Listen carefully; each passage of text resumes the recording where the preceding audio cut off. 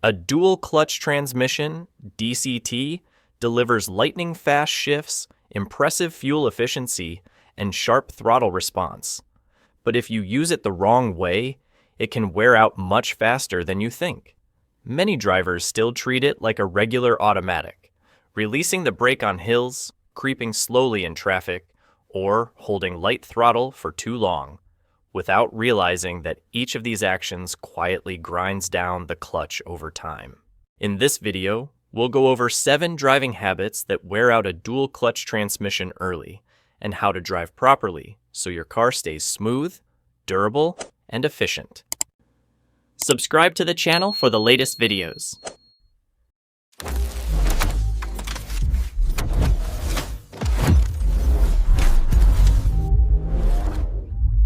1. Holding light throttle for a long time in slow traffic.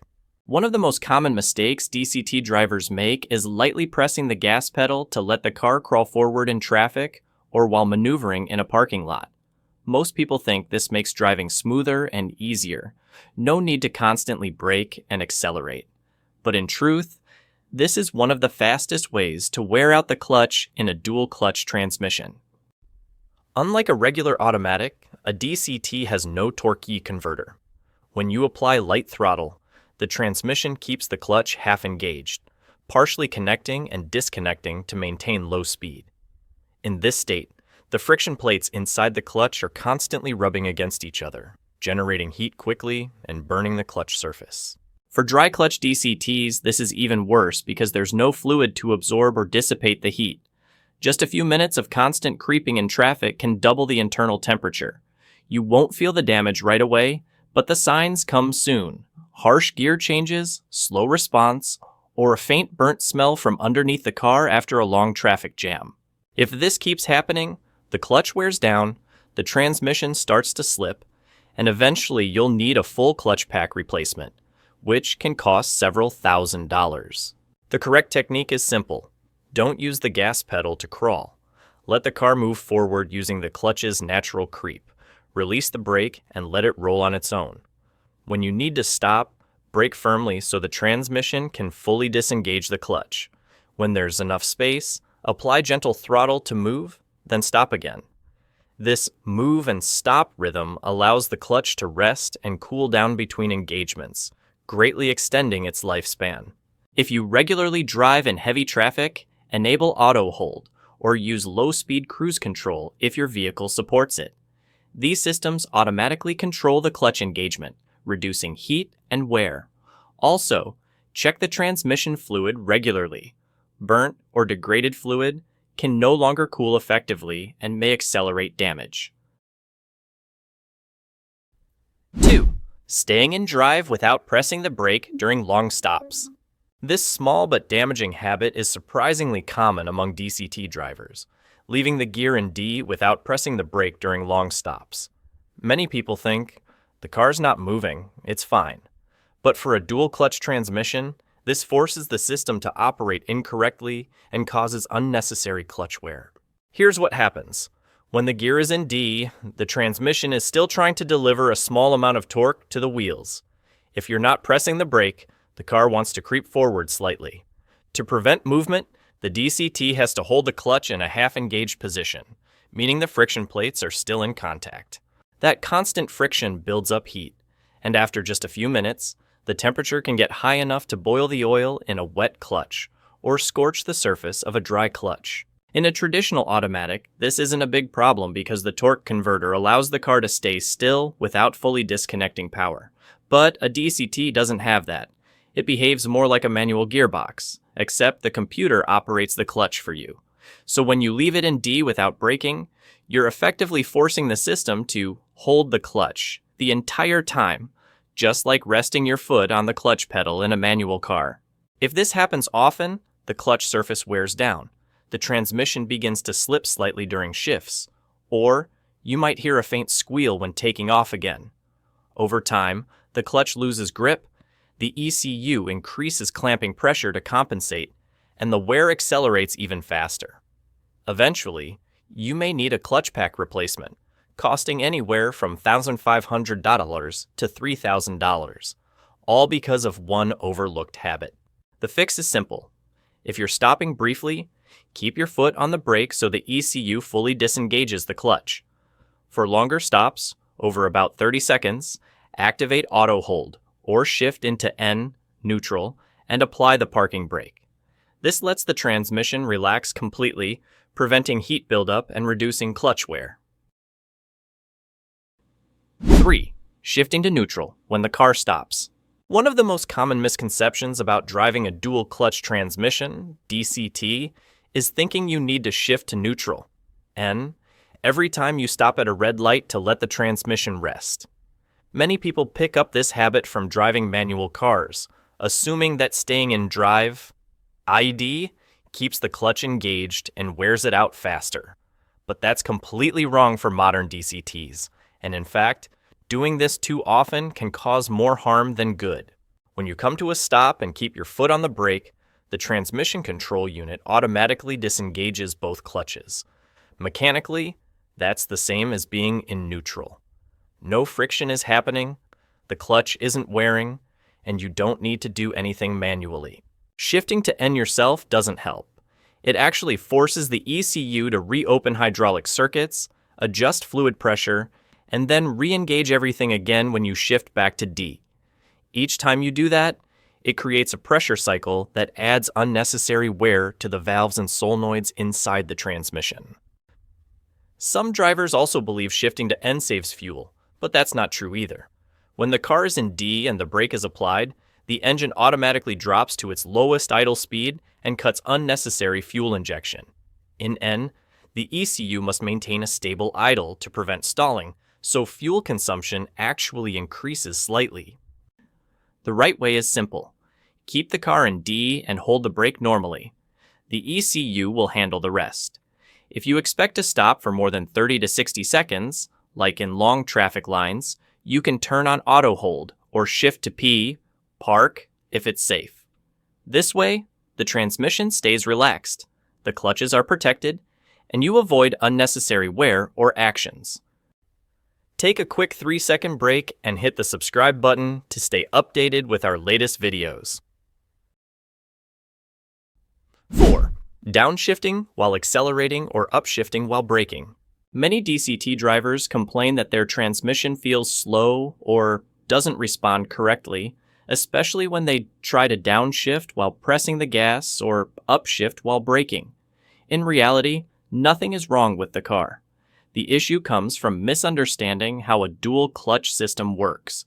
Once you understand its logic, you'll know when to shift properly and why it's better to let the transmission handle it automatically instead of forcing it to work against its design. A DCT has 2 separate clutch shafts, allowing it to pre-select the next gear before the current one is released. When the car is in second gear, the system already has third gear ready. When in third, it's preparing fourth.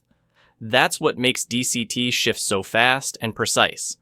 However, the transmission must predict what the driver will do next, based on throttle and brake input.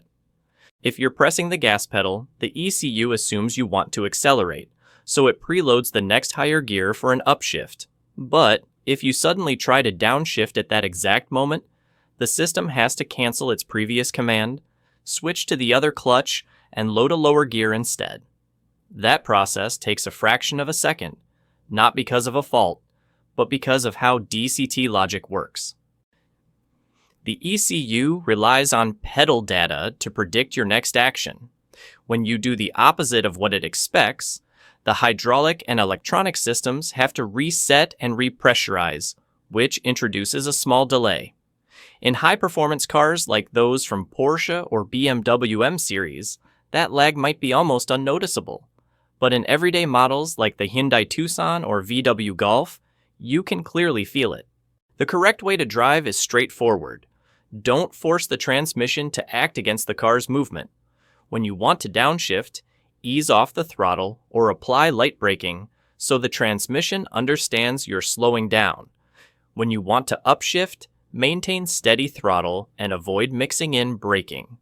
Doing this allows the ECU to predict accurately and shift quickly and smoothly without hesitation. Forcing a downshift while accelerating or an upshift while braking won't break the transmission immediately, but it makes the system work harder than necessary. Constant pressure changes wear down solenoids, valves, and clutch components over time. Letting the transmission follow its natural logic will give you what a DCT is designed for: lightning fast, seamless gear changes, and long-term durability. 5. Releasing the brake while stopped on a hill. One of the most damaging habits for dual-clutch transmissions, DCTs, is releasing the brake pedal while stopped on an incline, especially when drivers assume the car will hold itself like a traditional automatic.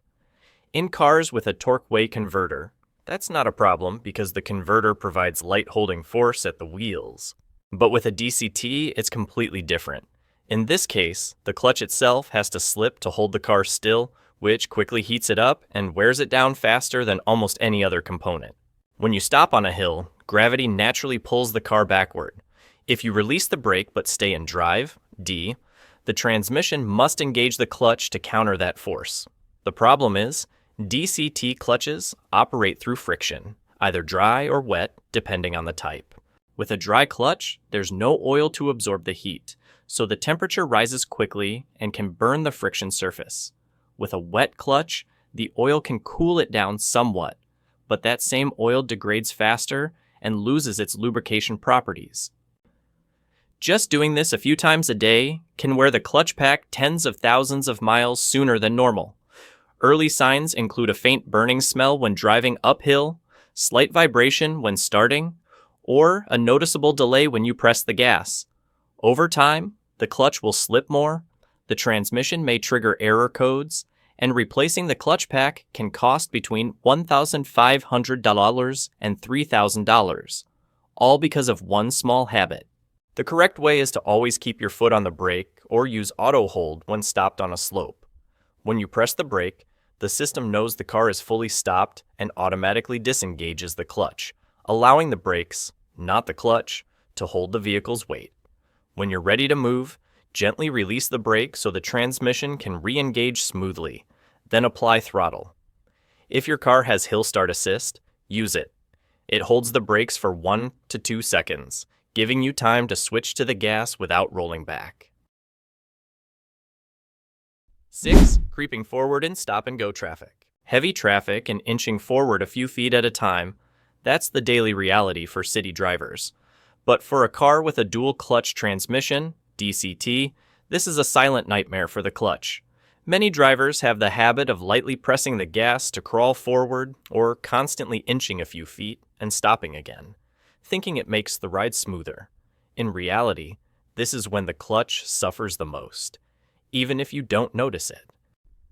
Unlike a traditional automatic that uses a torque converter to transmit power smoothly and reduce friction, a DCT works like a manual gearbox, only with a computer operating the clutch for you. When the car moves too slowly, the speed isn't high enough for the clutch to fully engage, so it has to slip continuously to keep the car rolling. Every time you release the brake or touch the gas, the clutch engages and disengages repeatedly, creating friction and heat. After just 20-30 minutes of stop-and-go crawling, the temperature inside the clutch pack can double, especially in dry clutch systems that lack cooling oil. The result? The clutch wears out quickly. The car may start jerking when taking off, shifting slowly, or displaying overheating warnings. Some vehicles even activate a transmission overheat please wait message, forcing you to stop until the transmission cools down. If this happens often, you'll likely end up needing a clutch replacement, which can cost between $2,000 and $3,000. The right way to handle this is simple. Don't force the car to crawl constantly. Instead of inching forward every few feet, wait until there's enough space ahead, then let the car move in one smooth roll. When stopped, keep your foot on the brake so the transmission can disengage the clutch completely, preventing it from holding a load unnecessarily. If your car has auto hold or creep mode, turn it on. The system will manage clutch engagement more intelligently and significantly reduce wear. 7. Holding the brake and gas too long during a launch. Many drivers love the thrill of a hard launch, holding both the brake and the gas before releasing the brake so the car shoots forward. It's often called a manual launch control, but with a dual clutch transmission, DCT, this can be extremely dangerous if done the wrong way, especially when you hold both pedals for too long. It might feel like you're building up for a powerful start, but in reality, you're forcing the clutch to slip continuously while the engine revs high, and that's the perfect recipe for burning out your clutch in just a few seconds. When you press the brake and gas at the same time, the DCT tries to balance engine RPM and clutch control. The system holds the clutch in a half-engaged state while waiting for you to release the brake. For a few seconds, that's fine. The clutch is designed to handle short bursts of friction. But if you keep it that way for more than 5 seconds, the temperature skyrockets. The clutch surface begins to burn, and in wet clutch systems, the fluid can even start to boil. After just a few of these launches, the clutch begins to slip more, the car loses traction, and the gear changes become rough. Some cars, like those from Hyundai or Volkswagen, include safety systems that detect when the driver holds both pedals too long. In those cases, the ECU automatically reduces engine speed to limit the damage. But don't rely on that protection. It only minimizes the harm. It doesn't prevent it. And some vehicles don't have this feature at all. After just a few long launches, the clutch can get so hot that the ECU triggers a transmission overheat, please wait warning. If you really want to launch your car, do it the right way. Hold the brake firmly, press the gas lightly to raise RPMs to around 1,500 to 2,000, and then release the brake smoothly and decisively. The transmission will engage the clutch quickly, deliver clean power, and minimize slip. Never hold both pedals too long just to build boost, because in that moment, the clutch is simply grinding itself down inside the transmission. A DCT gives you quick shifts, great fuel economy, and a modern driving feel, but it doesn't forgive bad habits. Every time you creep in traffic, release the brake on a hill, or hold a launch too long, the clutch wears out little by little without you realizing it. Drive decisively, come to a complete stop before shifting, and let the transmission handle its own timing. Proper driving technique not only keeps your car smooth and responsive, but can also save you thousands of dollars in future repair costs. Did this video help you out? Hit subscribe and help us reach 20,000 subscribers, or it's